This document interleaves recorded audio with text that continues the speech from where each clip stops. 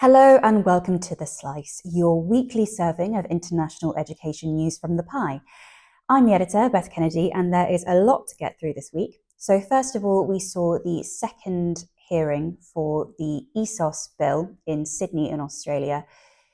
This has been roundly criticised again in the Senate by stakeholders. So not only criticising the concept of bringing in a cap on international student numbers in Australia, more on that later, but also particularly rounding on the idea that the bill would give new ministerial powers to cap the individual number of students on each university or higher education course. While we're on the topic of caps, obviously you'll have noticed this week, it'll be all over your timeline, that they are proposing to bring in an overall cap on international student numbers in Australia from 2025. Now, they're looking for that number to be set at a total of 270,000.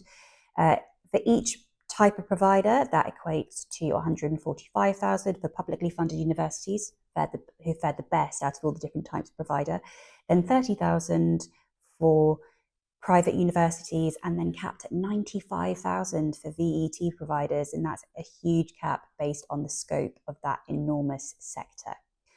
Naturally, there's been a load of criticism on that, especially from VET providers. There's a lot of uncertainty.